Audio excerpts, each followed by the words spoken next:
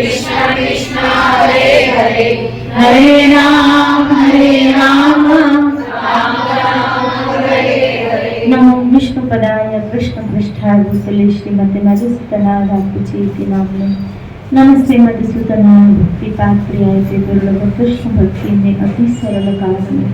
हरे कृष्ण कृष्ण कृष्ण हरे हरे हरे राम राम राम हरे हरे। राधे गुरु। आज हम यहाँ जो द्रौपदी चरित्र को लेते हुए चल रहे हैं, कल जैसे कि हम सब ने श्रवण किया कि द्रौपदी अपने ही पार्क गार्डन में, आपको याद हो कि वहां कृष्ण की बातें सुनते सुनते सुनते सुनते सुनते सुनते क्या हो जाती, बेहोश हो जाती। क्यों? वो प्रेम का एक सात्विक विकार उसकी चित्त में प्रकट हुआ। क्योंकि मैंने कल ही कहा था, द्रौपदी मतलब उपासना, वो आराधना से प्रकट हुई, यज्ञ भगवान से प्रकट हुई। वो उपासना है, वो आराधना है, इसलिए इसका चित्त क्या है, शुद्ध है। और शुद्ध चित्त में जब कृष्ण कथा पढ़ती है तब जल्दी भगवत प्रेम की प्राप्ति हो जाती है। अशुद्ध चित्त को साफ करने के लिए बहुत काल, बहुत समय लगता है, लेकिन जिसका चित्त शुद्ध है, जो विकार से मुक्त है, एक होता है विकार से युक्त और एक है विकार से मुक्त, और द्रौपदी का चित्त विकार से बिल्कुल मुक्त है। आप देखो, जैसी आंख खोली है, इसने कृष्ण नाम सुना है, और जैसे इसके अंदर सद्भावनाओं का क्रिएशन हुआ है, इसका संबंध कृष्ण से जुड़ा है। और जन्म लेते पिता ने इसको हवाले भी किसके कर दिया, कृष्ण की। तो आप देखो इसका स्तर क्या है। हमारा जन्म तो वास्तविकता में गुरु के द्वारा हुआ, क्या कि हमें हमारे गुरु महाराज ने श्री कृष्ण के अर्पण किया है, श्री कृष्ण के साथ जोड़ा, ब्रह्म के साथ जोड़ा। नहीं तो वास्तविकता में देखा जाए, अगर द्रौपदी के चरित्र में, तो वो यज्ञ भगवान से प्रकट होते ही भगवान को समर्पित हुई है। इसीलिए आज इसके भाव अंतर को जानते हुए कि भगवान भीतर रहते हैं, इसलिए वो सब भावनाओं को जानते हैं। आज भगवान ने पांचाल देश में यात्रा की है, द्वारकाधीश में, और यहाँ जब इस तरह द्रौपदी के गुणगान गाए जा रहे थे कि ऐसे ऐसा, भगवान तो अंतर्यामी, मैं सुबह कह रही थी, आप उससे छुपा नहीं सकते जो आपके अंदर छुपा है। हम उसे कुछ छुपा नहीं सकते जो हमारे अंदर बिल्कुल छुपा बैठा है। बस भक्ति के द्वारा उसको प्रकट किया जाता है, लेकिन छुपा तो अंदर ही बैठा है ना। अब द्रौपदी के अंदर जो भक्ति, जो भावनाएं श्री कृष्ण के प्रति उमड़ गई है, जुड़ गई है, और वो भी अपनी सखी श्री कृष्ण से, उससे कृष्ण की बातें सुन सुन के उसने मन ही मन श्री कृष्ण को अपना तन मन धन सब कुछ अर्पण कर दिया। और समर्पण की विधि भगवान जानते हैं। जीव कितना मेरे पास आया है, कितनी सोच मेरे लिए रख रहा है, ये अंतर्यामी परमात्मा जानते हैं। किसी को जताने और किसी को बताने की जरूरत भी नहीं। जिसको बताना चाहते हैं उसको तो सब पता ही। इसलिए आज भगवान द्रौपदी की अंतर्दशा जान के पंचाल देश में आए, और द्रौपदी तो बड़े आनंद में बड़ा स्वागत किया भगवान का, क्योंकि वो भगवान के वैभव को, उनकी दिव्यता को जानते। ये वही पूर्ण रंग नीचे अवतरित होके नाना प्रकार की लीलाएं कर रहा है, ये वो जानते। इसीलिए द्रुपद बड़े प्रसन्न है और चाहते हैं कि मेरी पुत्री यज्ञसेनी द्रौपदी कृष्ण से मिले।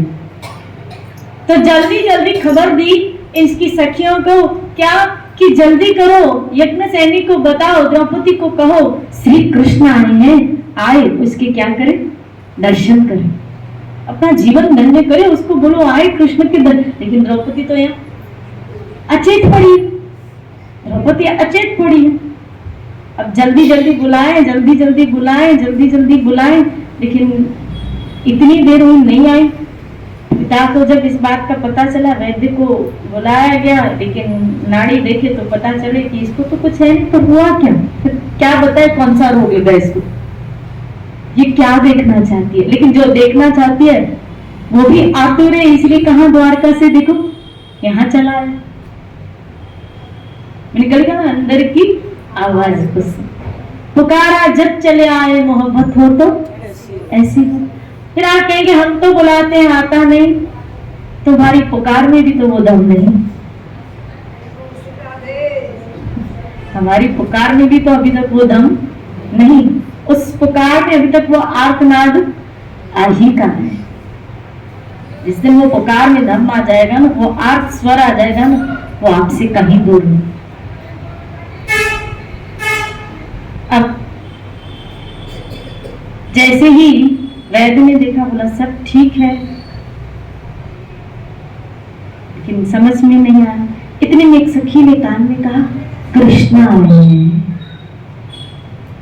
ये आवाज सुनती है कृष्ण आए हैं, द्रौपदी की आंख खुल जाती है।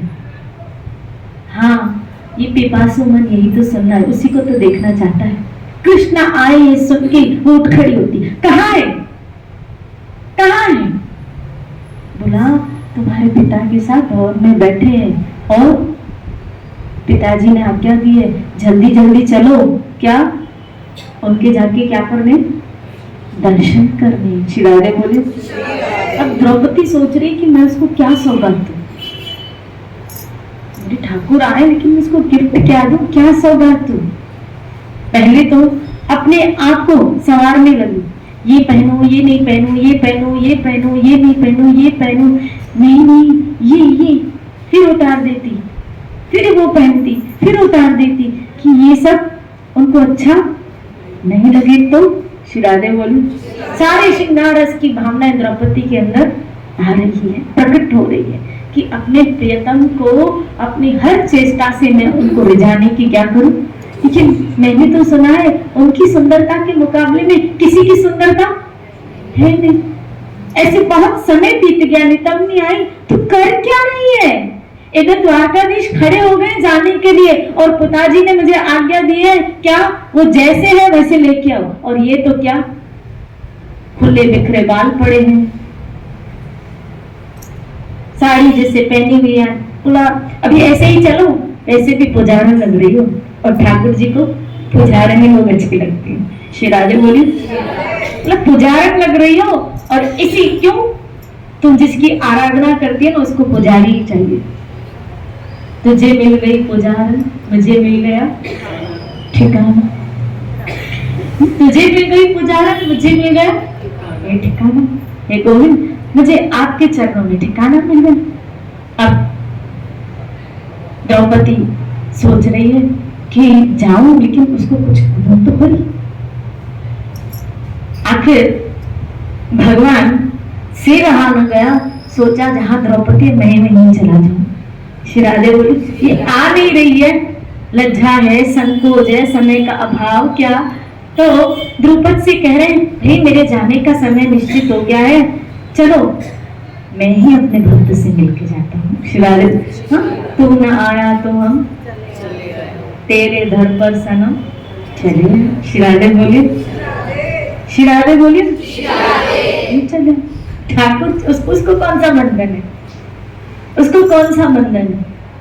और ये तो ऐसी पुजारन वेश पे बैठी है, और ये यहाँ जाने की कर रही है। इधर सामने द्रौपद है, द्रुपद आया, बोला अभी तक तुम ऐसे ही, तुम्हें पता है कौन आया है तुमसे मिलने? तो वो चुप हो गए, अपने पिता के सामने कुछ कौन आया है। और जैसे द्रुपद हटते हैं ऐसे पीछे कौन थे? श्री कृष्ण। शिरारे बोले, पीछे थे श्री कृष्ण। और द्रौपदी पहली बार श्री कृष्ण को लाइव देखती है, लेकिन देखती उसकी नजर चरणों में चली जाती है। और जैसे ही ठाकुर की तरह देखती है, सोचती है बस इसको मैं अपने आप को दे दूं, अब ये जैसा कहेंगे मैं वैसा करूं। प्यार की रीति यही है, पता है? उस उसके सांचे में ढल जाना। वो कहे उठ तो उठ, वो कहे बैठ तो बैठ, उसके सांचे में ढल जाना।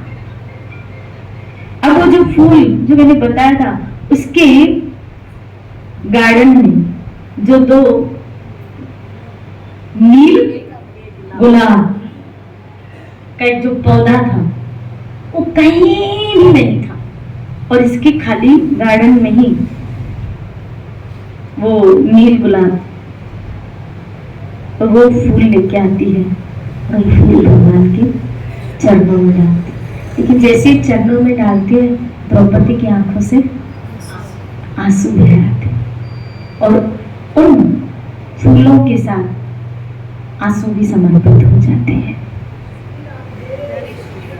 और जब भगवान के चरणों में वो फूल के साथ आंसुओं की बूंदें गिरती है, प्रेम के आंसू जिनके बहते हैं, वो आंसुओं की बूंदें जब गिरती है ठाकुर जी के चरणों, ना ना ना, हे यज्ञसेनी कृष्णा, तुम रो क्यों रही हो? पता नहीं, पता नहीं, आपको देख के मेरी आंखों से आंसू यही अपने आप लुढ़क आए, आपको देख के लुढ़क आए। इन्होंने भी सोचा क्या जिनके लिए अंदर संभाल के रखा था वो सामने आए, उनके सामने पहचान, आपके लिए ही रखे थे, आपके लिए ही रखे थे। मेरी प्रत्येक चेष्टा, प्रत्येक चीज आपके लिए है, इसीलिए निकला है। मुझे नहीं पता ये क्यों बाहर निकला, अब तक तो इनको अंदर छुपा के रखा था। श्री राधे बोलो। भगवान इसके भाव को देख के दंग रह जाते हैं। तब द्रुपद कहते हैं, प्रभु मैंने ये कन्या आपको दी, ये कन्या आपको दी। द्रौपदी कहती है, कुछ दिन और आप यहाँ रुक जाते तो तुम्हें अच्छा लगेगा? हाँ ठीक है, मैं रुक जाता हूँ। और भगवान ने अपने जाने का प्रोग्राम कैंसिल कर दिया। अब पहले के जमाने में फोन नहीं थे ना, तो बेचारे अधु फोन भी होने लगा। फिर आगे बोली ना, भगवान ने अपना जाने का प्रोग्राम अपने भक्त के लिए वो सब करते हैं। ना जाने कोई धर्म कर्म कोई जाने बस भक्तों के दिल की। मैं तो ये कहती हूँ, जाने क्या, मानने से, ये मानता भी है, ये अपने भक्तों के दिल की बात मानता भी है, जानता भी है। अब द्रुपद को तो बड़ी खुशी हो गई, बहुत खुश हो गए कि ठाकुर यहाँ रुक रहे, और उन्होंने द्रौपद को, ठाकुर जी ने कहा कि 1-2 दिन में मैं चला जाऊंगा। मैंने पहले आपको बताया, द्रौपदी कवित्री थी, शास्त्रज्ञ थी, धर्म परायणा थी, और शास्त्रों में इतनी पटु थी, यानी उसको धर्म की, उसको शास्त्र की एक एक बात कंठस्थ थी। और कविता तो ऐसे गान करती थी, लेकिन ये कविताएं उसने बहुत छुपा के रखी थी, सिर्फ उसकी सहेली नितंबनी को पता था। आज जब कृष्ण की सुंदरता को देखी तो उसके अंदर की सारी कविता बाहर निकल आई, और रात को ये उन्हीं मधुर कवित्री भाव से उन पदों का क्या करने लगी।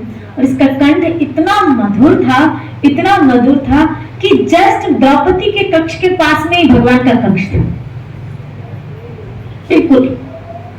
अब वो जब गा रही थी तो भगवान सब सुन रहे थे। श्री राधे बोली, भगवान सब सुन रहे थे, और सारी रात भगवान सो नहीं पाए। क्यों? द्रौपदी सारी रात उन पदों, क्योंकि उसको नींद नहीं आ रही थी, तो भगवान की सुंदरता को देख देख के वो उसके अंदर से कविता प्रस्फुटित हो गई। इसकी एक सारिका थी जिसका नाम था नीलमणि। क्या नाम था? और बहुत प्यार करती थी द्रौपदी पशुओं से, बहुत सहानुभूति थी। और सारिका में इतना मोह था कि उसने अपनी सारिका को भी कृष्णा कृष्णा कृष्णा कृष्णा रटा दिया। वो जैसे ही थोड़ी हल्की सी सुबह का आपको होता है ना, चिड़िया चैं चैं चैं करती है, तो सारिका चैं चैं करने के बजाय कृष्णा कृष्णा कृष्णा कृष्णा ऐसे द्रौपदी के कानों में कहने लगे कृष्णा। द्रौपदी ने उसका मुंह बंद कर दिया, चुप, कृष्णा सोए हैं, कृष्ण सोए हैं, कृष्ण कृष्ण मत बोल, कृष्ण कृष्ण मत बोल, कृष्णा भी सोए हैं। तो सारिका चुप ही करे, कृष्णा कृष्ण, मैं तो मान नहीं रही है, फिर कृष्ण कृष्ण बोल रही है, मैंने बोला ना अभी बोल नहीं। लेकिन ये फिर सारिका कृष्ण, आखिर उसने इस पिंजरे में से सारिका को निकाला और बोला, उसको से बाहर पटका, जा यहां से, मेरा ठाकुर सो रहा है, उसकी नींद में क्या कर रही है, खलल डाल रही है, जा कृष्ण कृष्ण अभी मत बोल। वो तो कृष्णा कृष्णा कृष्णा, फिर जाए, फिर उड़ के द्रौपदी के पास आए, उसके कंधे पे बैठ जाए और के कृष्णा उसके कान में जाके बोले कृष्णा, पर तू मानेगी नहीं, उसने उठा के फिर उसको खिड़की से बाहर ऐसे पटका, तू जा यहां से। अब देखा वो सारिका दूर कहीं चली गई, तो द्रौपदी को दुख होने लगा, मुझे छोड़ के चली गई, अरे अब मैं दिल की बातें किससे कहूंगी, यही तो थी जो मुझे कृष्ण कृष्ण नाम सुनाती रहती थी। लेकिन कोई बात नहीं, फिर अपने आप को समझाया, क्या मेरा जीवन इसीलिए थोड़ी हुआ है, मेरा जीवन तो धर्म की रक्षा के लिए, पिता के प्रतिशोध के कारण तो मैं जन्मी, अब इसमें कोई मुझे छोड़ के गया तो क्या। फिर आ गई ये, जब तक इसका और मेरा संयोग था ये मेरे साथ थी, ऐसे जिसका जिसका मेरे साथ संयोग होगा वो मेरे साथ रहेंगे। तो ऐसा करती हुई वो उसने जब सारिका दूर कहीं निकल आई, तो थोड़ी देर के बाद देखा क्या, वो सारिका फिर आई, और फिर आई, अब कृष्ण कृष्ण कहने के बजाय वो सारिका बोलने लगी कृष्णा कृष्णा। कृष्णा किसका नाम है, द्रौपदी का। पहले क्या बोल रही थी, कृष्णा कृष्णा, अब क्या बोल रही, कृष्णा कृष्णा। ये उल्टा मंत्र देखो किसने समझाया, अरे तू फिर आ गई और ये कृष्णा कृष्णा क्यों बोल रही है। तब इतने में नितंबनी आ गई, उसकी सहेली। बोला, नितंबनी ने कहा, तुम दोनों चुप रहोगे कृष्णा कृष्णा। सारी रात ठाकुर जी सो नहीं पाए, कृष्ण सो नहीं पाए, अभी मैं उनके कक्ष से आई, सारी रात जगे हैं वो। द्रौपदी वाचकी रह गई, क्या हुआ ऐसा, फिर क्या हुआ। बोला, ये तुम दोनों कृष्णा कृष्णा बोल रही हो। बोला, मैं इसको यही तो समझा रही थी, लेकिन ये समझ ही नहीं रही थी। बोला, इससे ज्यादा तू, इसकी आवाज कितनी और तेरी आवाज कितनी, इस सारिका की आवाज कितनी और तेरी आवाज। वहां तक मैं कक्ष में बैठी थी, वहां मुझे आवाज सुनाई दे रही थी कृष्ण। तो मुझे ठाकुर जी ने कहा, मुझे कृष्ण ने कहा, क्या तेरी सखी पूरी रात सोती नहीं है क्या। अब तो ये थोड़ी क्या होगी, सहम गई। शिराजे बोली, हाय रे मेरी चोरी तो, अच्छा दिखा तो खरी। ठाकुर जी बोल रहे थे, तू बहुत अच्छी अच्छी कविता गान कर, दिखा। कुछ नहीं ऐसा कहते उसने अपना कलम कागज जिसमें लिखती थी वो, कुछ नहीं। जब नितंबनी ने जबरदस्ती पकड़ के उसको पढ़ा, तो उसके हृदय भी द्रवीभूत होने लगा कि कितना मधुर लेख द्रौपदी ने लिखा है, कितनी मधुर कविता का उद्घाटन द्रौपदी के मुख से हुआ है। और जैसी सुंदरता ठाकुर जी में पाई गई, ऐसे शब्दों और ऐसे कवित्री के रूप में इसने उसका बखान कर दिया है। और ये जब पद रचना कवित्री के रूप में उसने की, यही बातें ठाकुर जाके पांडवों को सुनाते थे कि द्रौपदी ऐसे है, द्रौपदी ऐसे, द्रौपदी की कविता ऐसे ऐसे सारा बताते थे। सारा जैसे, अब ठाकुर जी को रटने में देर थोड़ी लगती है। शिराजे बोली, तो अर्जुन को, नकुल को, जिस कभी विवाह आगे बताऊंगी, चरित्र विवाह हुआ ना, तो एक बार नकुल पूछता है, अर्जुन पूछता है, अर्जुन कहता है कि मैंने सुना है कि आप बहुत अच्छी कवित्री हो, बहुत अच्छी कविता कहती हो। बोला, आपको किसने कहा। अर्जुन, आपको किसने कहा। बोला, मुझे और कौन बताएगा, मुझे मेरा सखा कृष्ण ने बताया कि तुम बहुत अच्छी कविता करती हो। उनको कैसे पता चला? बोला उनको तुम्हारी सखी नीतंबरी ने बताया। बोला उसने चोरी से मेरी कविता पढ़ ली होगी और फिर उसको बता दिया होगा। मैंने तो आज तक किसी को पता नहीं। श्री राधे बोली। तो यहाँ अगर भक्त से बताया कि भक्त अगर गुणगान करता है तो ठाकुर देखो किसके गुणगान करता है। ठाकुर भी द्रौपदी के क्या करें? गुण गा रहे हैं। और यहाँ बहुत आपको अटपटा लगेगा, बहुत सुंदर बात लगेगी कि अर्जुन, द्रौपदी, पांडव आपस में श्री कृष्ण चर्चा करते थे, कृष्ण चर्चा करते थे। तो जब सुबह हुई जाने की तो द्रौपदी कहने लगे कि प्रभु मैं अपनी पुत्री को आपके हवाले कर रहा हूं। ना राजा द्रुपद आप ये कैसा विचार ला रहे हैं? भगवान ने कहा आप ये कैसा विचार ला रहे हैं? इस यज्ञ सेनी का जो प्रकटीकरण हुआ है वो तो धर्म की रक्षा के लिए हुआ। इसी के द्वारा क्षत्रिय कुल का, कई क्षत्रियों का विनाश होगा।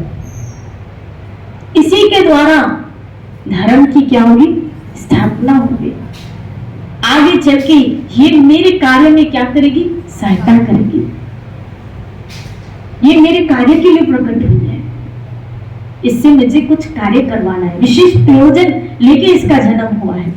इसका मतलब है जिस कार्य के लिए इसका जन्म हुआ था उसका कार्य का निर्देशन सिर्फ ठाकुर जी ने किया था। तो द्रौपदी के जीवन में जो जो जो जो भी घटा वो सब ठाकुर जी के, उसके पीछे प्लानिंग किसकी थी? ठाकुर जी की थी। श्री राधे बोल।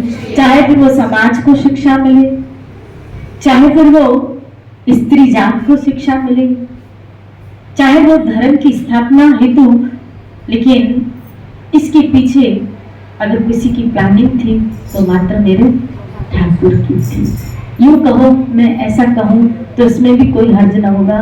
द्रौपदी श्री कृष्ण के आगे सिर्फ एक कठपुतली थी और कठपुतली की तरह नाच रही थी कि जैसा मेरा ठाकुर कहेंगे, जहां कहेंगे वहां।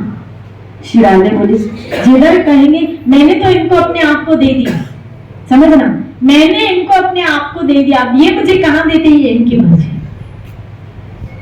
मैंने इनको अपने आप को दे दिया, अब ये मुझे कहां देते हैं, ये इनकी मर्जी है। और द्रौपदी ने यहाँ अपने आप को भगवान को अर्पण कर दिया। तब भगवान श्री कृष्ण कहते हैं मैंने सुना है, मैंने इसके लिए जो वर नियुक्त किया है वो अर्जुन है। वो मुझसे कहीं कम नहीं है, वीर्य में, शौर्य में, सुंदरता में, सब में प्रवीण अर्जुन, और इसके बिल्कुल योग्य, और भरत वंश का नभ है।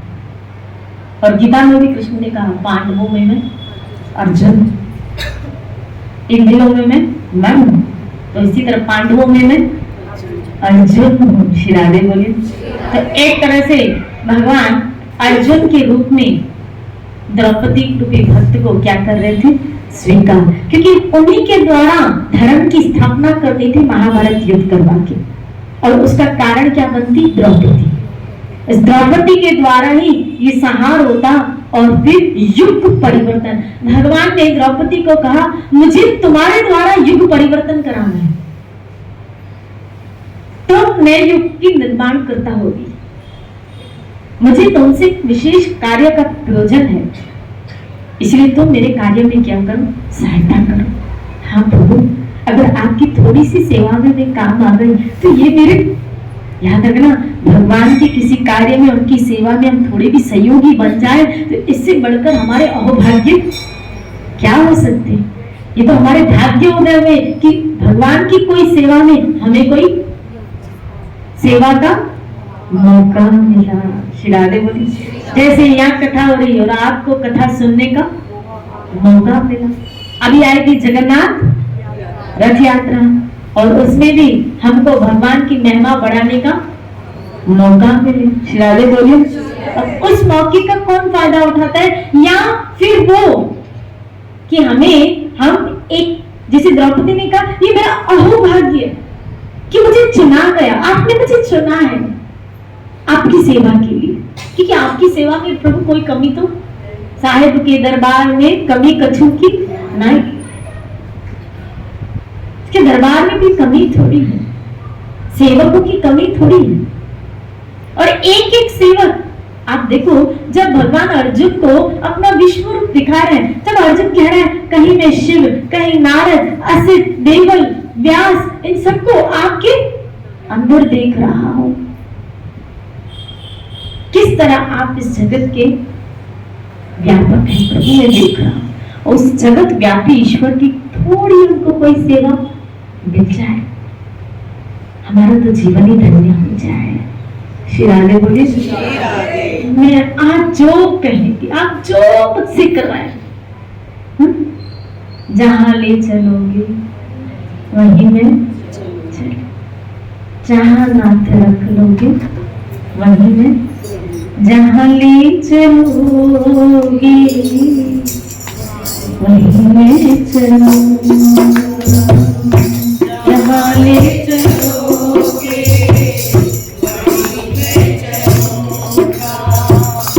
जहां नाथ रख लोगे, जहां नाथ रख लोगे, जहां नाथ रख लोगे, जहां नाथ रख लोगे वहीं मैं रहूंगा, जहां ले चलोगे।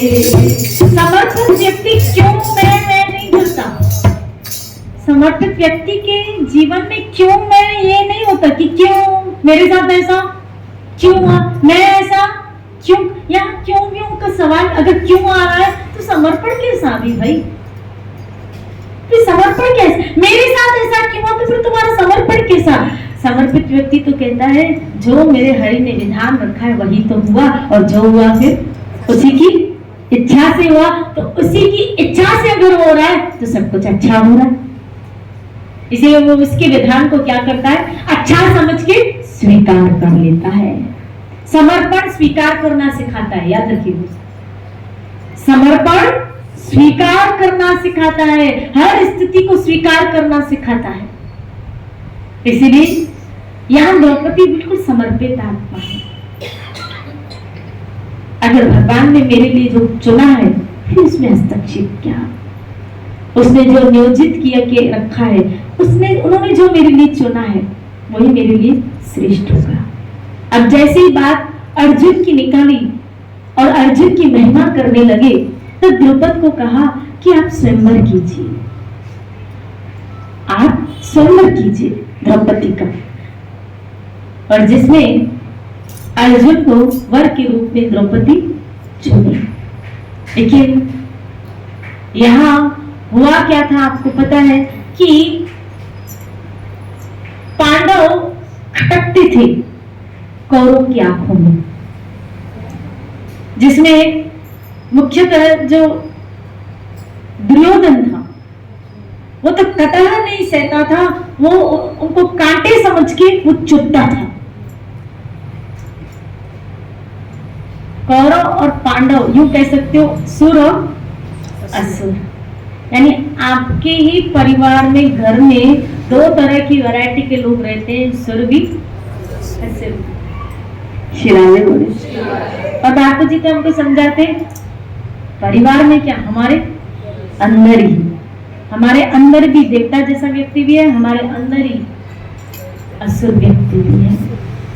तो यहाँ अब द्रौपदी मन ही मन, अब देखो इस स्त्री को जिसने अपने सारे इमोशन कहाँ दे दी, श्री कृष्ण, और वो उसकी व्यवस्था कही और वो कह रहे मैंने तुम्हारा ये, अब उसके भाव को, यानी मेरी तो कुछ चलेगी नहीं।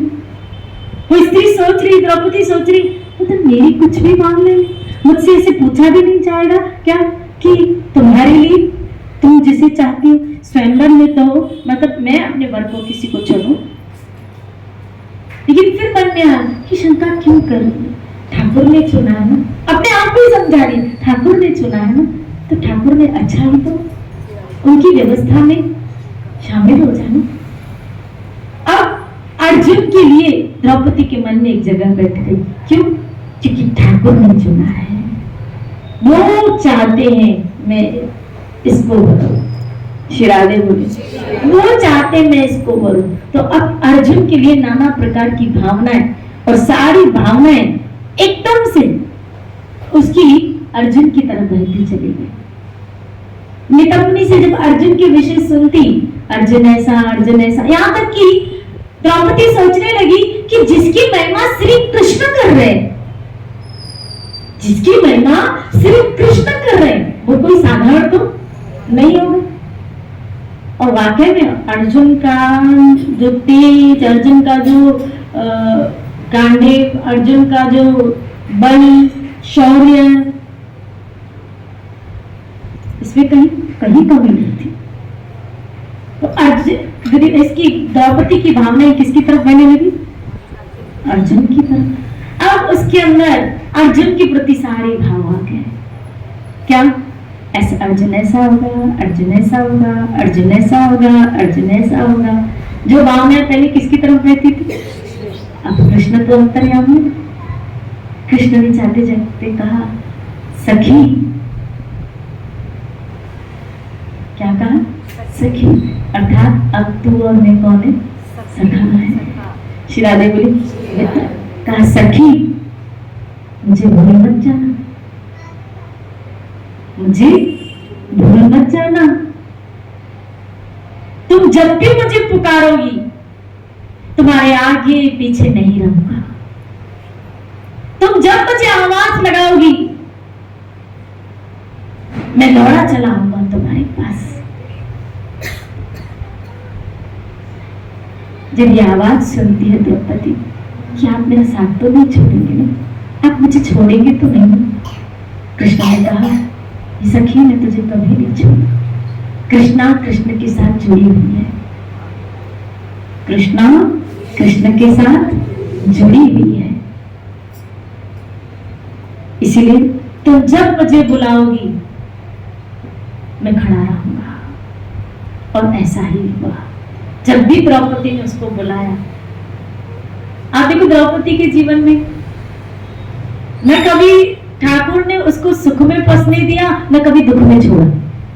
जब भक्त का हाथ पकड़ते हैं तो ऐसे पकड़ते हैं, न सुख में उसको बसने दिया और न ही दुख में उसका साथ छोड़ा।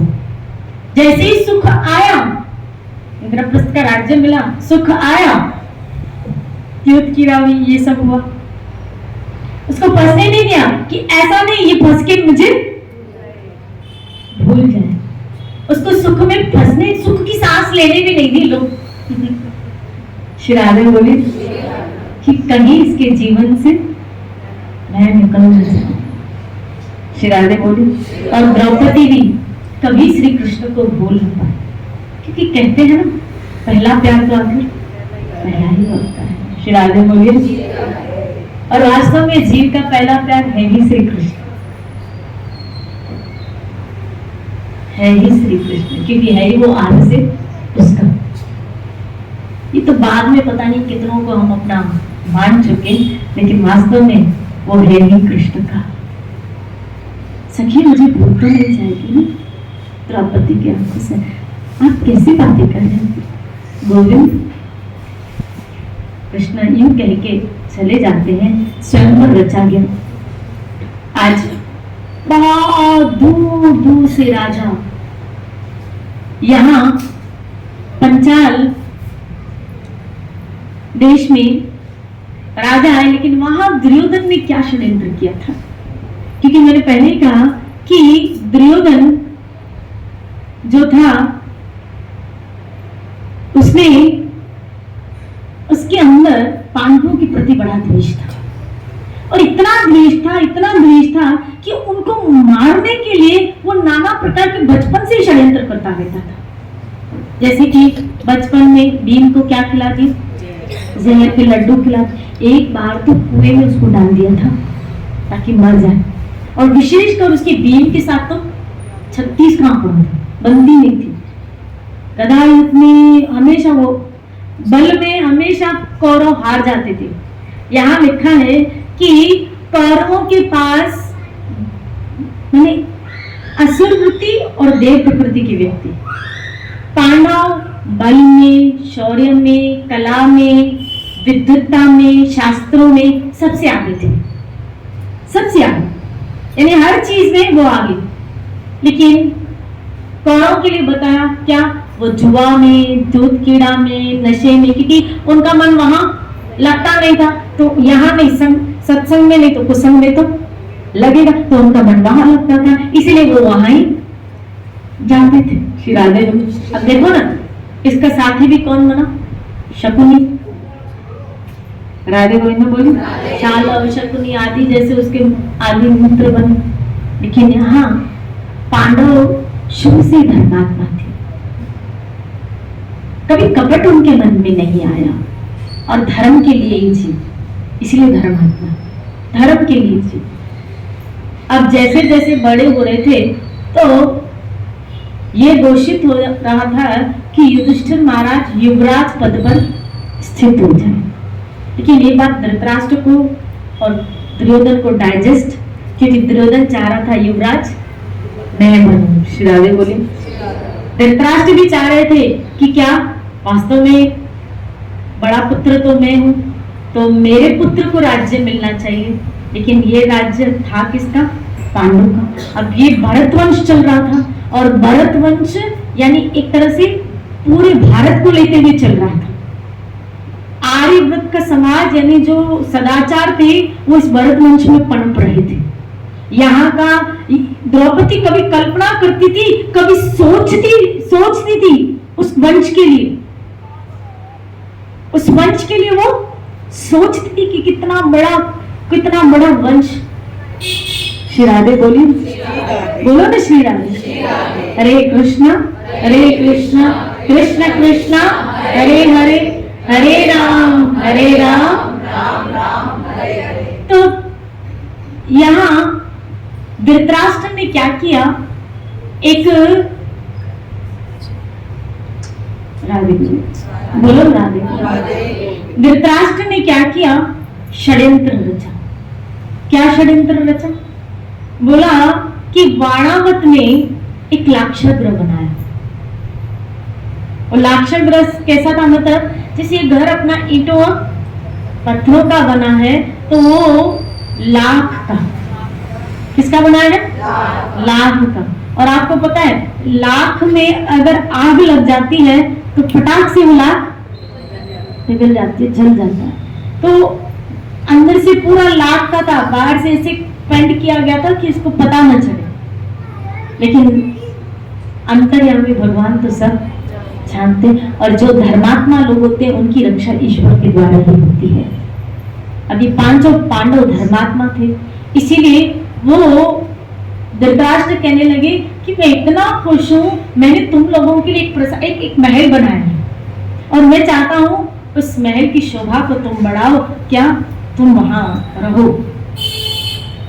जैसे आपके लिए कहे कोई तुम्हारे लिए घर बना है स्पेशल, और ये लो चाबी, लेकिन उस घर में हमारे मरने की व्यवस्था हो। श्री बोलिए।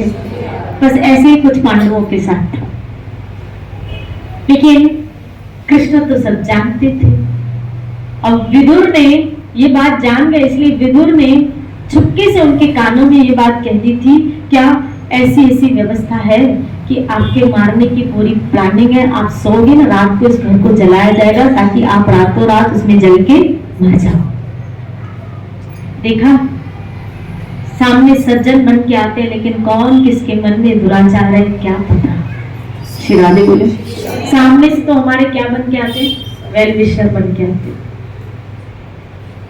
तो अब ये सारी कहानी, लेकिन भगवान चूंकि सर्व अंतर्यामी है, और क्योंकि पांडवों के द्वारा धर्म की स्थापना करनी थी और इनको बचाना था, इसीलिए भगवान ने ये व्यवस्था की कि उसी जगह एक सुरंग बनाई गई थी उस महल के अंदर। और ये बात विदुर ने इनको बता दी थी कि अंदर से एक सुरंग भी है, आप जाते ही उस सुरंग से बाहर निकल जाओ। वहां रात्रि में जैसे वहां ये लोग पहुंचे तो एक ब्राह्मण, एक पांचों पुत्रों के साथ एक ब्राह्मणी भिक्षाटन करने आई थी। और रात्रि हो गई थी, उसने कहा कि हम कहाँ जाएंगे, आप हमें जगह दोगे, रात यहाँ विश्राम करके निकल जाए। तो बोला ठीक है। कुंती ने कहा उनको रुका दो। अब कुंती को पहले इस बात की व्यवस्था का पता नहीं, लेकिन भगवान सब देखो कैसे प्लानर है। मैं ये समझाना चाहती हूँ भगवान अपने भक्त की कैसे प्लानिंग करते हैं। और इधर ये पांचों सोए थे और उधर विदुर जी ने इनको बाहर निकाल दिया। जब आग लगी तो ये ब्राह्मणी पांचों पुत्रों के साथ उसी लाक्षागृह में जल गई। जब इनके अस्थियां आदि मिली तो दुर्योधन को लगा ये पांचों पांडवों के साथ कुंती भी मर गई, लेकिन ये मरे नहीं थे, ये तो कहीं से निकल गए थे। श्री राधे बोली और जाको राखे मार सके ना, उसकी व्यवस्था के अनुसार जीते हैं, उसके अनुसार उसके धार्मिक अपना जीवन है, तो याद रखिए वो धर्म ही हमारी रक्षा करता है। अब ये तो निकल गए, ये निकल गए। वहीं गुप्त वेश में ब्राह्मण बन के ही रहते थे। किसी गांव में वो रहने लगे, एक चक्रा नाम का गांव था और वहां ही रहते थे। इधर द्रौपदी का स्वयंवर रचाया गया। दूर दूर से लोग आने लगे, दुर्योधन, शालव, कर्ण सब आए, जरासंध आया, बड़े बड़े योद्धा, और द्रौपदी की खाली सुंदरता देख के अर्धमूर्छित हुए थे कि ये हमें मिले, ये हमें मिले, ये हमें मिले। लेकिन द्रुपद राजा ने एक शर्त रखी थी, क्या कि मत्स्य छेदन, जो जल में प्रतिबंब मछली को देख के और उसकी आंख का छेदन करेगा उसको द्रौपदी वरमाला डालेगी। तो द्रौपदी सोचने लगी, जब भगवान ने तय कर दिया है अर्जुन के साथ, फिर पिताजी ने ये सब क्यों किया? भगवान के द्वारा भगवान ने कहा अर्जुन को तो मैं मुझे सीधा सीधा किसको दे दे, अर्जुन को, फिर ये सब यानी यहाँ पे मेरी नहीं चलेगी। श्री राधे बोली मेरी कहाँ पर चले, ये सब क्यों पिताजी करें? देखो स्त्री की कहाँ चली और कहाँ चलेगी। श्री राधे बोली कि जब ठाकुर जी पिताजी को कह के भी गए क्या कि द्रौपदी का विवाह किसके साथ, अर्जुन के साथ। अब द्रौपदी के मन में स्मरण, अगर किसी ने ये छेदन कर दिया तो, अगर किसी के लग गया तो फिर क्या होगा? है अब तो मैं अर्जुन के अलावा और किसी की नहीं होना चाहती, फिर तो मैं निष्ठा की मर जाऊं। श्री राधे बोली लेकिन मेरा जन्म तो धर्म की, मैं तो मर भी नहीं सकती। आप द्रौपदी की विडंबना तो देखिए, उसके अंदर झांकत को देखिए उस स्त्री का, कि उसके अंदर जो इमोशन है वो बार बार मारे जा रहे हैं, बार बार उसको कचोला जा रहा है।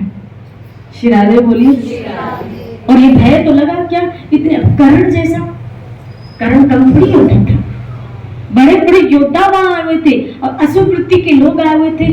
द्रौपदी को भय था कि कहीं किसी का छेदन हो गया और मुझे पिताजी ने जो शर्त रखी उसके अनुसार फिर मुझे उसके साथ तो जाना पड़ेगा, क्योंकि शर्त के अनुसार ये तो मेरा स्वयंवर तो हुआ ही नहीं। स्वयंवर तो मतलब जिसको मैं वरूं, यहाँ पे ये शर्त के अनुसार मुझे माला डालनी पड़ेगी। श्री राधे बोली जो शर्त पूरी करेगा उसके गले में, अब वो भगवान को पुकारने लगी कि प्रभु अर्जुन ही इसको करे, बस अर्जुन के अतिरिक्त अब कोई नहीं इसका छेदन करे, मेरी लाज रखना प्रभु, क्या कि मैं अब अर्जुन के अलावा और किसी की।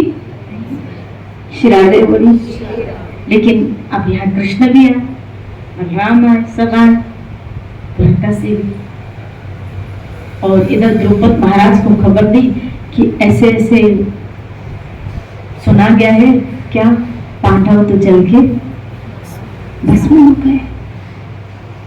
धृष्टद्युम्न ने जब ये बात सुनी द्रौपदी के भाई, तो ये खबर द्रौपदी को पहुंचती है। कहते हैं कि कृष्ण कह रहे हैं पांचों पांडव तो लाक्षागृह में नहीं चीख पड़ती है द्रौपदी, ऐसा नहीं हो सकता, ऐसा नहीं हो सकता। विलाप करती है, रोती है। इतने में कृष्ण आ जाते हैं। गोविंद, वो तो तुम्हारे आश्रित थे, तुम्हारे भक्त थे, क्या तुमने भी उनकी रक्षा नहीं की? फिर तुम्हारा आश्रय लेने से क्या फायदा? ऐसा कैसे हो गया कि जो गोविंद की आशा हो और उनके ऊपर मुसीबत आए और गोविंद उसकी रक्षा न करे? ऐसा कैसे हो सकता है? ना ना ना प्रभु। भगवान हंसने लगे कि द्रौपदी के अंदर इतनी हलचल जो उमड़ रही है, एक तरह से खुशी हो रही थी ठाकुर जी को कि अर्जुन के प्रति, मेरे भक्त के प्रति। और याद रखना, जब हम भगवान से ज्यादा उनके भक्तों से प्यार करते तो भगवान ज्यादा राजी होते हैं। श्री राधे बोले, राजी हो रहे थे, प्रसन्न हो रहे थे। क्या मेरे भक्तों के प्रति इसकी सहानुभूति। तो भगवान द्रौपदी को जब सब गए तो कहने लगे, कृष्णा आ गए आप प्रभु। मैंने कहा था ना कि जब तुम्हारे जीवन में दुख कष्ट आएगा तुम आगे पीछे मुझे ढूंढोगी तो मैं तुम्हें इर्द गिर्द नजर आऊंगा। प्रभु मैंने सुना है अर्जुन, क्या सुना? भगवान कह रहे, क्या लाक्षागृह में वो सब चल गए? बोला, तुम्हें क्या लगता है कि कृष्ण का भक्त और अर्जुन जैसा योद्धा इतना मंदबुद्धि होगा? क्या पांडव इतने मंदबुद्धि होंगे? क्या उनमें थोड़ा भी शौर्य नहीं होगा? अगर वो कृष्ण का भक्त है तो कहीं तो अपनी बुद्धि चलाएगा। श्री राधे बोली, समझ गई कि ठाकुर क्या कहना चाहते हैं। श्री राधे बोली, चिंता मत करो कृष्णा, अर्जुन आएगा। अब द्रौपदी के मन में विश्वास बैठ गया, अर्जुन अर्जुन आएगा। श्री राधे बोली, इधर स्वयंवर की तैयारी, इसको सजाया गया, नितंबिनी ने खूब सजाया, इसको मणियों से जटित उसको सजाया गया और इतनी सुंदर लग रही थी द्रौपदी। इसने जो उसके उद्यान में बहुत सुंदर सुंदर फूल गूंथे थे, उन फूलों से खुद माला बनाई अपने वर के लिए और बन गया, अभी ये माला मनमोहन को पहना दो। श्री राधे बोले, वो माला लेके खड़ी है, सब एक एक करके आ रहे हैं, जरासन, शाला, सब आ रहे हैं एक एक करके, दुर्योधन, दुशासन, सब आ रहे, लेकिन सब हार गए। कोई भी उस मछली का छेदन नहीं कर पाया। फिर कर्ण आए, जैसे कर्ण आए तो भगवान ने द्रौपदी को इशारा किया। जब इशारा ना सुना, समझ गई, द्रौपदी ने कहा मैं इसके साथ नहीं मरूंगी, क्योंकि भगवान का इशारा। अब वो इसके सामने, क्योंकि वो किसके इशारे नाच रही थी? कृष्ण के, जैसा कृष्ण, तो भगवान ने इशारा किया इसके साथ नहीं, तो द्रौपदी समझ गई कि मुझे इसके साथ नहीं करनी, तो कहा मैं इसके साथ नहीं मरूंगी। क्यों? बोला कि विवाह से पहले ये शर्त रखी गई थी, क्या कि जिसके साथ द्रौपदी का विवाह होगा वो जाति कुल में ब्राह्मण या उच्चतम, और कर्ण कैसा था? सूतपुत्र था। श्री राधे मन में किलच हो रही थी द्रौपदी के कि कर्म से वर्ण में इसका मुझे चुकाना पड़ेगा, लेकिन मजबूर थी, क्या जो कृष्ण कहेंगे मैं वही करूंगी। मन ही मन कर्ण से माफी मांग रही कि भाई मुझे माफ कर देना, लेकिन मैं क्या करूं, जैसा कृष्ण कहेंगे मैं। कभी मौका मिला तो इसका चुगतान भी मैं कर लूंगी। द्रौपदी अंदर ही अंदर कि इसका मौका मिला तो मैं चुगतान कर लूंगी, क्योंकि शब्द का भी चुगतान करना पड़ता है, जो हम शब्द बोलते हैं उसका भी चुगतान करना पड़ता है। श्री राधे बोली, इसीलिए मैं करूंगी इसका चुगतान, लेकिन मैं आपके साथ। तब दृष्टिडुम्न उठा, हाँ भाई ये शर्त रखी गई थी कि मेरी बहन उच्च कुल में या किसी ब्राह्मण कुल में मरेगी। अब सब नथ मस्तक होके, क्योंकि किसी ने छेदन नहीं किया। यहाँ भगवान ने पांडवों को भी, अर्जुन और उनके साथ भीम, युधिष्ठिर आदि आए थे, भीम और युधिष्ठिर ने जब द्रौपदी की सुंदरता देखी वो भी मोहित हो गए थे। श्री राधे बोलिए, बोलिए ना श्री राधे। लेकिन अब सब ये छेदन तो अर्जुन ही कर सकता है, ब्राह्मण वेश में। और इनको बिठाया गया था ब्राह्मण की पंक्तियों में। क्षत्रिय पंक्ति अलग थी, ब्राह्मण पंक्ति अलग थी। तब द्रुपद ने कहा मुझे तो यहाँ क्षत्रियों में कोई ऐसा योद्धा लगता है, मेरी बेटी कंवारी रहेगी, सन्यासिनी बन के रहेगी, ब्रह्मचारी बन के रहेगी, इसको ऐसे ही रहना पड़ेगा, क्योंकि कोई इसके योग्य मुझे वर दिख ही नहीं रहा। चलो बेटी, ऐसा करे थे तो अर्जुन का क्षत्रिय पुंडा ना खोल उठा, बोला आप मुझे एक मौका दें, आप तो ब्राह्मण है लेकिन मैं शस्त्र विद्या जानता हूं, अगर आप मुझे एक मौका दें तो मैं ये शौर्य आपको दिखा सकता हूँ। जहां सबको मौका दिया वहां मुझे भी एक मौका दिया जाए। तो भगवान बीच में बोल रहे हाँ हाँ अधिकार है, ब्राह्मण कोई है कर सकते हैं। भगवान तो जानते थे ये कौन है, श्री राधे बोले। और अर्जुन के तो ये बाएं का खेल, श्री राधे इसके तो ये बाएं हाथ का खेल। लेकिन द्रौपदी मन में अभी भी सोच रही है अर्जुन तो अभी तक आया नहीं, अर्जुन तो अभी तक आया नहीं। लेकिन इतने में ही उस ब्राह्मण ने क्या किया, छेदन कर दी, छेदन कर लिया। अब तो अर्जुन इसकी द्रौपदी के जैसे पांव के नीचे से जमीन निकल गई। क्या अब तो मुझे इस ब्राह्मण के साथ जाना पड़ेगा। पहले कृष्ण के लिए मन में भावनाएं बनाई, उसने कहा अर्जुन के लिए, मैंने अर्जुन के लिए भावनाएं बनाई, लेकिन अब मेरे नसीब में ये ब्राह्मण था, मुझे इस ब्राह्मण के साथ जाना। कहाँ गया अर्जुन, क्यों नहीं आया अर्जुन? हाय रे विधाता, मेरी तिथि में क्या लिखा है, लेकिन मुझे पिता की शर्त को तो पूरा, क्योंकि मैं तो एक कठपुतली हूँ, मुझे तो कठपुतली की तरह नाचना पड़ेगा।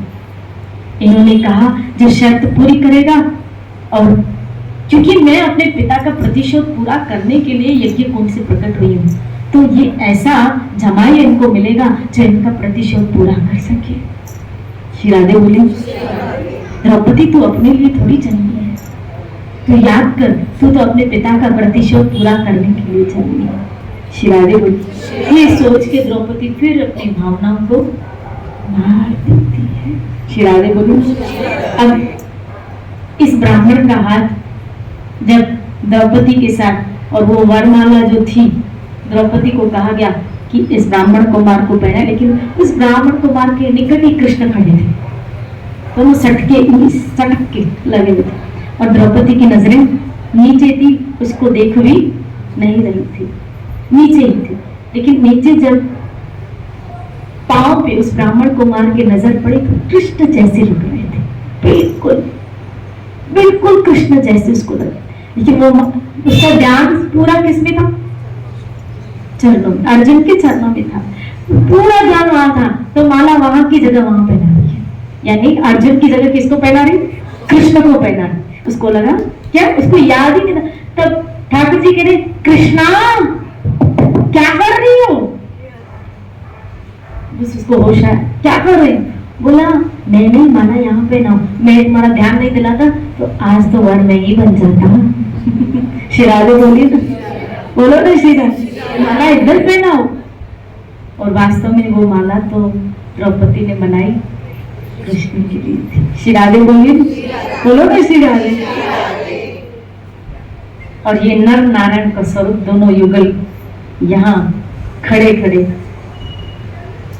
इस कृष्णा को अंदर के भावों का रस ले रहे हैं। एक अज्ञात भावनाओं में द्रौपदी चली जा रही है कि पता नहीं इस ब्राह्मण कुमार के साथ अब मेरी विधि ने अब क्या रचा है, मुझे कहाँ जाना है, मुझे किस जगह जाना है, कुछ जानती नहीं है कि कहाँ जाना पड़ेगा, किस जगह जाना पड़ेगा। लेकिन अब जो तय है, अब मुझे इस ब्राह्मण के साथ तो जाना पड़ेगा। श्री राधे बोले। अब हाथी घोड़े रथ जमाई था, कहाँ का, पंचाल नरेश का, पंचाल नरेश का जमाई। तो अब द्रौपदी की जो बारात निकलेगी तो हाथी घोड़े तो सब चलेंगे, रथ मंगाए गए। बोला विदाई किसमें होगी, रथ पे होगी, ये रथ पे जाएंगे। तब अर्जुन ने कहा उस ब्राह्मण ने, बोला देखो हम भिक्षुक हैं, हम भिक्षुक हैं। और भिक्षुक व्यक्ति ब्राह्मण में विचार रखता है, इसलिए राजकुमारी को मेरे साथ पैदल चलना पड़ेगा। श्री राधे बोले हाय हाय विधाता, अब मुझे महलों से कटीले रस्तों पे भी चलना पड़ेगा। श्री राधे बोले सब छोड़ती जा रही है, सब भावनाएं। लेकिन यहाँ जो और क्षत्रिय राजा थे उनका खून खौल उठा कि हमारे रहते इस राजकुमारी को एक ब्राह्मण, अब तो इस ब्राह्मण को हम छोड़ेंगे नहीं, इसलिए सब टूट पड़े। लेकिन जो भीम, युधिष्ठिर आदि, अर्जुन ने अपने एक ही बाण से सब क्षत्रियों का, एक ही बाण से सब हिल गए और सब भाग गए। श्री राधे बोले इस तरह शौर्य अपने पति का देखती है जब द्रौपदी, तब कहती है क्या कि अब तो मुझे अपने पति के अनुसार ही चलना पड़ेगा। इतनी सती, इतनी साध्वी, इसका चरित्र जो बताया आज मैं, जो हालांकि मुझे वो चरित्र कल बोलना है जो उसके जीवन घटा आगे, लेकिन जब वो आप भी सुनोगे ना तो आपके आंखों से भी आंसू रुकेंगे। जो इसके साथ बीता है, जो इसके साथ घटा है, इस स्त्री के साथ, जो इस स्त्री ने सेक्रीफाइस किया है, जो इस स्त्री की एक इमोशन, एक स्थिति के साथ उसको गुजरना पड़ा है। जब उसको लेके जाया जा रहा है पैदल, अब पैदल लेके जाया जा रहा है, कभी ये पैदल तो राजकुमारी वनों के रास्ते से, तो उसको बहुत कांटे चुभ रहे और खून निकल आया, और जो अलता लगता है ना, और अलता से खून मिल गए। और ये अर्जुन को पता न चला, जब कहीं बैठे तो पता चला कि द्रौपदी के पांव से खून हो गया, तो खून निकल। ओह राजकुमारी, तुम तो बड़ी सुकुमारी हो। अब वो चल नहीं पा रही थी, एक तरह से उसको फिर एक पत्थर लग गया तो वो गिरी। तो अर्जुन ने कहा कि मैं तुम्हारा अभी हाथ पकड़, देखो आज की जनरेशन को भी कितना सीखना चाहिए। ये सगाई होते ही निकलते शिरादे बोले, शिरादे बोले धर्म की परिभाषा तो सीखो, क्या है धर्म।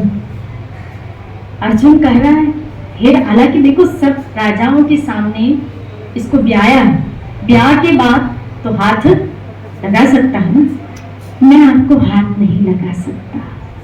हे राजकुमारी, मैं अभी आपको, हालांकि इतनी सुंदर थी कि कोई भी इसके ऊपर मोहित हो जाए, मैं आपको हाथ अभी नहीं लगा सकता। क्यों? बोला अभी तक माँ की परमिशन, माँ की आज्ञा, जब तक माँ की आज्ञा ना हो ना तब तक मैं आपको हाथ, समझो जब तक बड़े आज्ञा ना दे तब तक ये घूमने जाया नहीं जाना चाहिए। शिरादे बोले अक्ल, यहाँ क्यों ये शास्त्र सिखा रहे हैं ना, सब आपको देखो समझा रहे हैं ना आपको। शिरादे बोले जब तक आपको बड़े आज्ञा न दे, यहाँ तो हाथ लगा, बोला मैं हाथ भी नहीं लगा सकता जब तक मेरी माँ की परमिशन न हो। क्या कि ये विवाह संबंध, उसकी परमिशन मिलेगी, उसकी आज्ञा मिलेगी। आप चाहे तो मेरे हाथ का सहारा ले सकते, लेकिन मैं आपका हाथ नहीं पकड़ सकता, क्योंकि अभी तक मेरी माँ की आज्ञा नहीं है। इसको कहते हैं धर्मपरायण पुरुष और सती परायण स्त्री। अर्जुन की ऐसी भावना देख के ये ब्राह्मण कुमार की गदगद हो गई कि इसका ऐसा भाव, इस ब्राह्मण का ऐसा भाव, क्यों मुझे हाथ भी नहीं लगाना चाहता जब तक उसकी माँ की आज्ञा। इतनी पवित्रता इसके अंदर, इतनी शुद्धता इसके अंदर, नहीं तो हर एक व्यक्ति मुझे भोगना चाहता था। शिरादे बोली, बोलो ना शिरा। मन ही मन बड़ी कृतज्ञ हो रही है। अब यहाँ दो बड़े भाई आगे और दो अनुज पीछे, बीच में अर्जुन और द्रौपदी है, युधिष्ठिर। और हालांकि अभी तक उसको पता नहीं कि पांडव है, अभी तक तो समझ रही है 5 ब्राह्मण है, 5 भाई है और इस मध्य ब्राह्मण के साथ मेरा विवाह हुआ। श्री राधे बोलिए। तो द्रौपदी अनजान है इस प्रकरण से कि अभी पांडव है या क्या, ये रहस्य बात नहीं खुलेगा। लेकिन चलते चलते इसके मन में जो विचारधाराएं चलती आ रही है कि ये जो बड़ा है कितना शांत प्रकृति का, कितना शांत स्वभाव लग रहा है, जैसे ऐसा लगता है कि कोई धर्म की मूर्ति नीचे आ गया। और ये बल में जो प्रवीण ब्राह्मण लग रहा है, इसका बल देख के ही सब हिल जाए। श्री राधे बोली। और ये जो पीछे 2 अनुज चल रहे हैं, इनके लिए तो मेरा वात्सल्य उमड़ रहा है, मेरी ममता इनके प्रति उमड़ रही है। एक वात्सल्य भाव द्रौपदी का इन दोनों के प्रति उमड़ रहा है। अच्छा है क्या? वैसे भी द्रौपदी सोच रही है कि मुझे तो समकालीन ही, मेरा भाई भी समकालीन में मिला, 2 छोटे यहाँ मिल गए वात्सल्य करने के लिए और 2 बड़े, तो मुझे बड़े और छोटों के सानिध्य में बीच में रहने का मौका मिला। अब मैं बिल्कुल सुरक्षित हूँ। श्री राधे बोलिए, श्री राधे बोलिए। ऐसा द्रौपदी विचार करती हुई जा रही है और विचार करती जा रही है, जा रही है, जा रही है। पहुंची कहाँ? एक चक्र कुटिया के पास जहां इनकी थी। और 2 अनुजों ने कहा, भाइयों ने कहा, युधिष्ठिर आदि, हम पहले पहले आगे जाते हैं, क्या माँ को थोड़ी सरप्राइज देंगे, सूचना देंगे, सूचना देंगे। और द्रौपदी मुस्कुरा रही है मंदिर में। पहुंचे वहां तो जैसे ही पहुंचे तो युधिष्ठिर महाराज कहने लगे, माँ तुम्हारे लिए हम एक बहुत अच्छी भिक्षा लाए हैं। श्री राधे बोली, आज देखो तो खरी हमको कितनी अच्छी भिक्षा मिली है, आप देखो तो खरी हमें कितनी अच्छी। तो एक चटकी के लिए द्रौपदी को अंदर लगा, मैं क्या भिक्षा हूं क्या, मैं भिक्षा हूं क्या, मेरे लिए ऐसी शक्ति यूज की जा रही। श्री राधे बोली। अब वहां अंदर कुंती जो थी भजन में लगी थी, अपना भजन पूजन कर रही थी। तो बोला ये बार बार मुझे बुला रहे हैं, तंग करेंगे, तब कह दिया जाओ आपस में ये भिक्षा बांट के खा लो।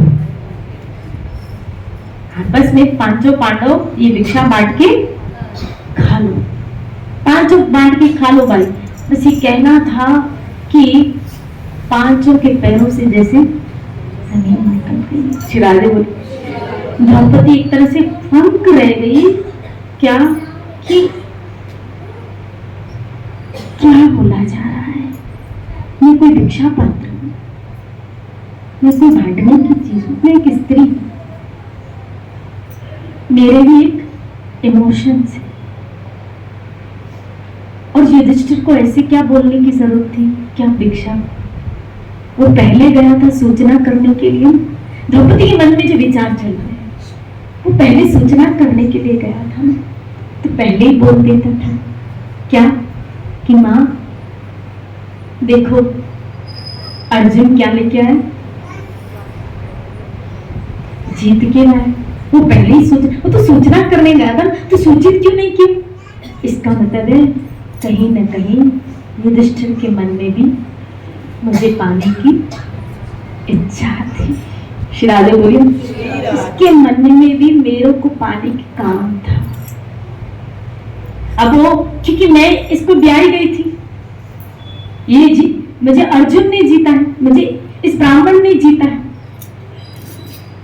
द्रौपदी के अंदर जो विचार चल रहे हैं कि इसको ये बोलने की क्या जरूरत थी, और माँ एक बार देख नहीं सकती? उसने तो कहा बांटो, बांट के लो। अब ये निश्चित सामने क्या कह रहे, माँ की आज्ञा को तो हम वो टाल ही नहीं सकते। और ये बात जब मैंने स्टेटमेंट पढ़ा है तो मेरे अंदर से नहीं गया, मेरी आंख रोक पड़ी।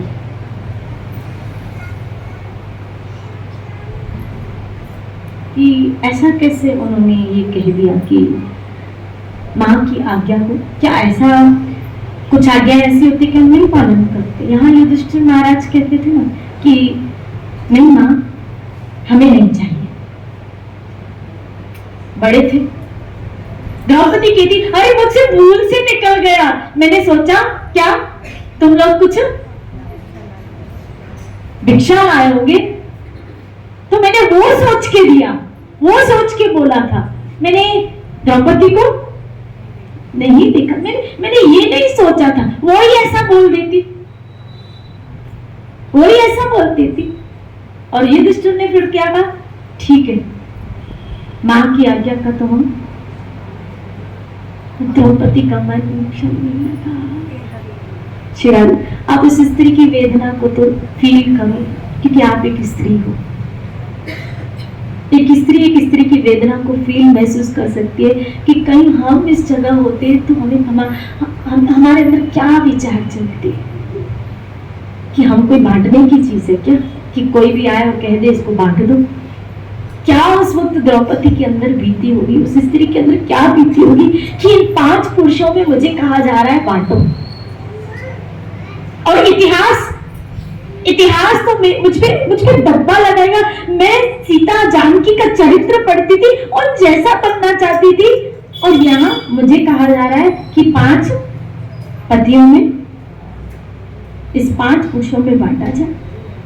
और वो बड़ा कह रहा है क्या, मां की आज्ञा को। और मां कुछ कहने के लिए सबों ने अर्जुन से पूछा, बोला अर्जुन की राय क्या है। अर्जुन बोले क्या बोलता, क्या कहता। बड़े भाई और मां की आज्ञा के आगे ये भी क्या हो गया, चुप हो गया। तब कुंती ने द्रौपदी के ऊपर छोड़ दिया, द्रौपदी जो फैसला कर। शिराजे बोले, द्रौपदी ने कहा मेरे ऊपर फैसला, ताकि इतिहास कालक लगाए तो मेरे ऊपर लगाए। और मैं अगर ऐसा कह दूं कि नहीं मुझे अर्जुन ब्याह करके आया तो मैं अर्जुन के साथ रहूंगी, तो क्या अर्जुन पूरी तरह मेरे साथ खाली खुश रह पाएगा, मुझे स्वीकार कर पाएगा। उसके अंदर भी एक बात बनी रहेगी क्या, कि द्रौपदी ने मेरे अनुज और मेरी माता का क्या किया, जो धर्म परायण है, जो अपनी माता की एक बात, जो अपने भाई की एक बात को टालता नहीं, क्या वो मुझे पूरी तरह स्वीकार कर पाएगा। बहुत सारी विचार यहाँ पे द्रौपदी के अंदर उथल पुथल कर रहे हैं कि मेरे ऊपर छोड़ा जा रहा है, कोई बदनामी लेने के लिए तैयार नहीं। तब अंदर से एक आवाज आई, हे गोविंद, जहां मैं मुसीबत पड़ी आपने मेरी क्या करी, सहायता करी। शिराजे, जब द्रौपदी ने तुमको पुकारा,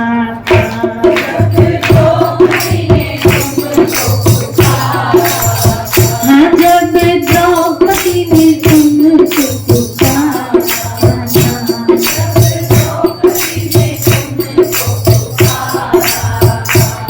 बीच सभा में उसको तारा था,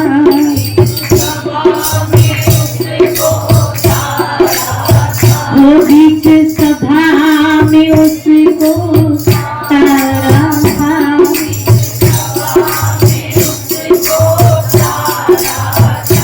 मैं आई शरण तिहारी, मेरी लाज राख गिरधारी। मैं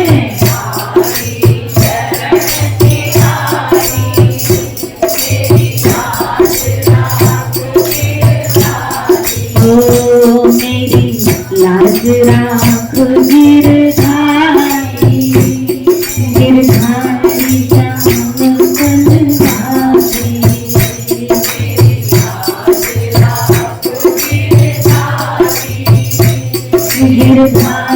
श्याम कलधारी।